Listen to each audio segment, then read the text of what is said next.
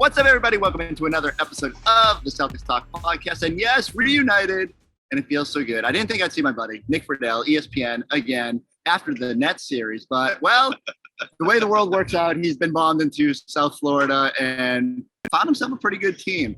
So, Nick, I need you. You've been around. Not only have you been around this team, but you've been around Jimmy Butler for ages now, it feels like. Did anything surprise you about the way the Miami Heat and Jimmy Butler in particular dominated the second half of game one?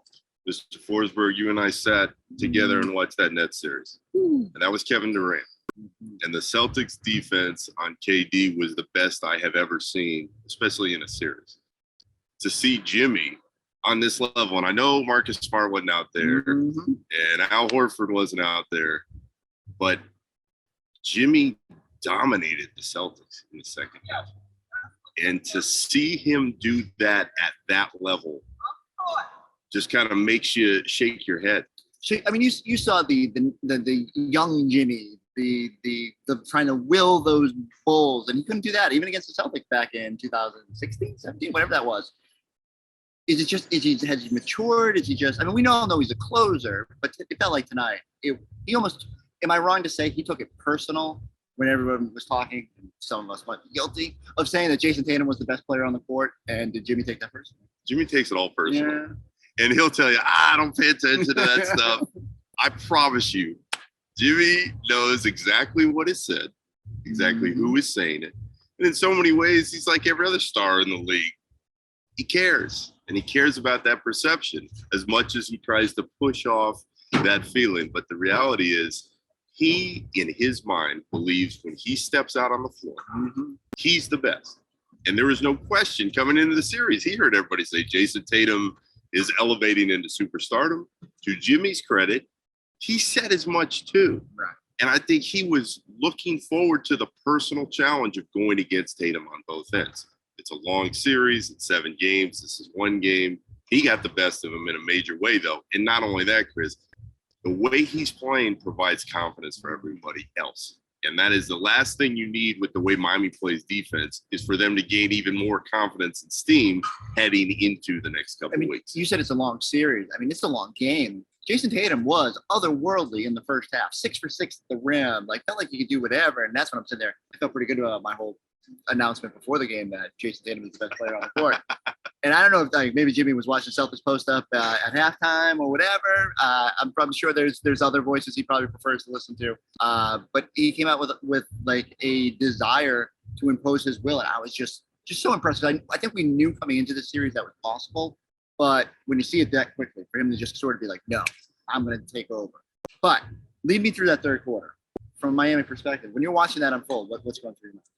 It was domination against what I feel is the best defensive team, not only left in playoffs, but since the calendar flips to the new year. To see them do that against a team that is so well coached and has so much balance, Chris, that was a stunner. That third quarter is the difference in this game, because every other moment in time, the Celtics either had the lead and had the momentum or were right there with Miami. When you play at the level they did for that long, and we're going to sit here and talk about Jimmy's scoring, but those 2 steals he had, that lit everybody in this place up. They were going nuts, and that led to what we saw towards the end of the game where they stepped on him and closed. So from a Celtics perspective, I was just aghast at how bad those turnovers were. And this team has been prone to it, where I felt like Miami kicked up the intensity a little bit, increased the physicality, and the Celtics did not respond at all. I thought the most criminal part of it. So Jayson Tatum had 3 turnovers in 33 seconds, which is hard to do in any shape or form, like in a pickup game or any game, but let alone an NBA playoff game, an Eastern Conference Finals game. And there was one sequence where Ime called his second timeout. Celtics hadn't scored for 6 minutes to start the quarter. Calls a second timeout trying to collect them. They come back out and kind of a lazy pass. Now, Jimmy did a good job jumping it and getting out in transition, but to me, that's unforgivable. If there's one thing the Celtics have not been able to do is, 1, collect themselves when things go sideways sometimes, and 2 is just value the basketball. And when they don't, they put themselves in a situation where all of a sudden looking up and over 100 points on the board. And I didn't think Miami would get there that easily in the series, but you can't, how How do you not catch yourself in that instance? You have to. And entitled teams always find a way. And again, you have these moments in a series. We saw it in game 1 in Boston against Milwaukee. You're kind of like, it's the same team. I still think Boston will be fine. The scariest part, though, to me, watching this from the Heat perspective, is they didn't need that much more help from somebody besides Jimmy coming into the series. They knew defensively they were going to be right there. These two teams looked at each other as equals. If you're getting that type of performance from Jimmy and you're getting just enough from a couple of the guys who are scoring 15, 16 points, the Celtics could be in trouble. And I say that as somebody who picked the Celtics in 7 games. I don't want to sway from that completely because I just don't believe that the Celtics are going to allow Jimmy to drop 41 every night and get to the foul line. And that was such a crucial part of everything that happened tonight. I don't think that will happen over and over, but that is going to be something to watch. So what is that? So what is the adjustment? That'll be the big story in Boston tomorrow. What do the Celtics do differently? And I can see like little tweaks you can do. Okay, maybe you don't chase over screens so much. Make them shoot. Make them a shooter like the teams and challenge them. Okay, if you're going to make shots, you're going to hit a whole bunch of 21-footers, then you live with that. Maybe, but what's short of that? Like, how do you disrupt Jimmy? If you're Ime, you've got to watch that tape because you and I are sitting there watching Jimmy. Every time he goes to the rim, boop, 2 shots. Every time. You've got to push him out of the paint. You've got to allow the driving lanes to close down or force them to close down and not give him that room to even operate. And what that means to me, having watched him all these years, you've got to have bodies all over him all the time. Because if you close that space, there's only so much space for him to move on the floor. Easier said than done when you've got a guy playing with that type of confidence. But in order to limit his touches and limit his opportunities to get to the line, you have got to make sure that you are throwing everything you can at him. That's the difference and change I expect heading into game 2. Part of me says I don't know if I want Max Strus having the ball in his hands though. Like, I mean, that's the other wrinkle about this. We were joking before, and like we were talking about X factors, and Max Strus was a guy that the Celtics had in house, and you know what? Maybe he would never blossom there, but come to Miami, things happen. Like role players turn into superstars, and guys who shouldn't be in the league turn into $1 million men. Even though one of them is still catching DNPs on the bench right now, but that's a story for another day. I don't know. Did you hear Bam after the game? Did you hear his quote? The energy shifted in this game. Oh yeah. Do you know the whole backstory? No, okay. I don't. So I'm glad I get to explain it to someone because I was very excited when this quote happened. So Jaylen Brown said in pretty much early January, mid-January, the energy is about to shift. And what he meant when he tweeted it was that Mercury was going into retrograde. And I'm not going to bore you with the specifics on that. It's about spinning planets. That's a Cal Berkeley man if I've ever heard one in my life. It's actually more like a millennial thing. Like nothing goes wrong in the world. It's just we're blaming it on planets. So, but he tweeted it regarding that, and then it just so happened that the Celtics went on this like winning streak, and it sort of propelled them into it. So the Celtics have totally embraced this idea that the energy is about to shift. And they even put it on Game 7 against the Bucks. They put it on rally towels that people were hitting me in the head with outside TD Garden. What a moment. Thank you. I appreciate you watching that and yes. me. But now to hear Bam come out and sort of, he has to know, right? Like he has to be needling the Celtics by saying the energy shift. The Heat are a very smart team. They are a very perceptive team. Mm-hmm. They are very well aware of what's going on out there. So I wouldn't put it past Bam at all, Chris. And it ties into something we've talked about throughout the lead up and into game 1. The Heat know a lot of people were picking against them. They are well aware that people don't believe, and especially with Jimmy, they don't believe that they're on that level. We are 1 game into the series. A lot of different stuff can happen. But all of that fuel showed itself as they just kept rolling in the 3rd quarter. So the Celtics have got to just right the defense, make sure that they can limit what Jimmy's going to try and do over and over. But I tell you this for context.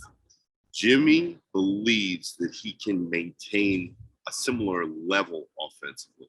Whether or not he can prove that over the course of the next few weeks, we're going to see. But the fact that he is open enough to say, yeah, I think it's within me, if that's what the game calls for, that would make me really hit my head up against the wall if I'm Ime his staff right now. So there's something to be said for irrational confidence, and that man oozes it. Just walking into the building with his Jimmy coffee and just like trash talking and all he does. It's a marvel to watch. I think that the Celtics could use some of that swagger sometimes, especially in regards to closing out games. I just feel like that's one of the things that Jayson and Jalen are still learning how to do. And even though they've been better, especially in close games in these playoffs, they're still figuring out how to be like, we had a really good first half. How do we close this out? And like, don't even give the opponent a chance, because if you give Jimmy a chance, you're in trouble. So, all right, I'm going to give you one chance here. You came on our network. You've said it here on this podcast. You thought that Celtics in 7. How are you feeling about that pick? I'm going to give you one opportunity to change it right now, but also know that if the series goes an extended amount, I will bring you back on and mock you. Not changing. Right, because I have that much faith in the Celtics defense. History is our guide, and history has shown they'll make their adjustments and keep fighting. I will tell you this, though. Everybody focused on Bubble Jimmy. He was so awesome. I'm here to tell everybody and the good people in Boston, spoken as a proud Worcester person who was born there, Jimmy's playing better than he ever has. How old is he now? I believe he's 30, 32, 33. That's wild. But Jimmy's at a higher level than he was a year and a half ago because he knows that the confidence is there. And here's the scary part, Chris.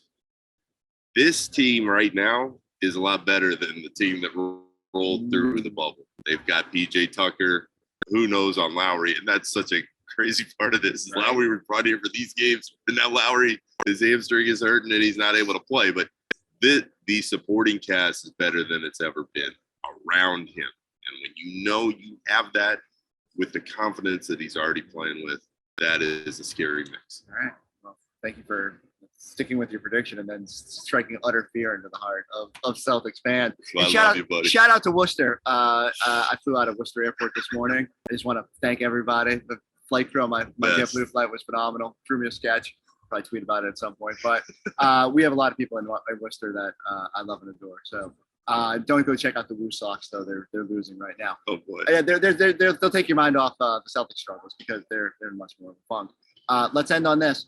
Big question mark for the Celtics moving forward is, will Marcus Smart be back out there? We saw him obviously in his beautiful silk pajama. He was feeling the Miami scene. I mean, shout out to Marcus, because for all the bench outfits that we've seen through time, I don't know if there has ever been one that matched the city and the scene as well as Marcus did tonight at Game 1. So I do think Celtics fans are hoping that if he's wearing something, shorts and a top, that it's a jersey on the next game. How important is that for, like, it's another body you can throw Jimmy? It's another defensive body that you, like you said, how important is it for them to get that Marcus? And how worried are you, like, the sort of the unknown hovering over Al Horford? We assume here that at the minimum he'll miss 5 days based on the league quarantine. You know, now maybe there's a chance it's a false positive. Like, we'll cross all those bridges when they get there. But how much do they need those guys? And is it somewhat disappointing that so much attention is paid to Jayson and Jalen, and yet they weren't able to sort of on their own, with still a modest supporting cast, get to the finish line? You need both of them desperately, Smart and Horford. They've got to have them in order to win the series. But to me, the guy who is even more important is Marcus. We know what he does defensively. And when you have Jimmy playing the way he did over and over again, getting to the line, you could use Marcus out there. Now, I can't wait to see, because I'm sitting there watching that Celtics bench. Marcus Smart is screaming about every call. And Marcus, who has a history of flopping, that's going to be something really fun to watch the rest of this series. But well, don't forget, too, Marcus has a history with Jimmy. Yes, he does. Dating back to the Chicago days, and them two going at it. So I think that's why the Bam quote, even if it was just a gentle, like, needle of the Celtics. It was a needle. It's like, I feel like this series as a whole, with the physicality, with just the emotions of an Eastern Conference final, it could get really spicy. The coolest part, though, is neither of these teams are backing down. And when you have Jayson Tatum getting to the point he's getting in his career, and you have all the pieces around, notably Marcus, who isn't going to back down from anybody, and then you have the Heat feeling like, no, nobody's pushing us either. And PJ Tucker's over there going, yep, the word for brawl. They love it. This is an old school series as much as it can be. And the Heat know and have the respect for the Celtics that they can't just walk through and say, we'll just keep doing it this way over and over. Yeah. These games are going to be nasty, dirty over the next week or so. And the toughest team is going to win out. And I hope the Celtics learned a lesson that the Heat aren't just going to let you build an 8-point halftime lead and kind of walk all over them. And you need to be able to match their physicality. So, it's always early. The Celtics lost game 1 to Milwaukee on their home turf, and we're able to rebound. But some work to do to get back into this. All right, we got to go because Timmy B is about to start doing a TV hit. He's going to get loud. Oh, baby. Oh, but he's going to be loud in a hurry. All right, everybody, like, subscribe. Check us out on the YouTube page. We'll catch you after game 2 on the Celtics Talk podcast.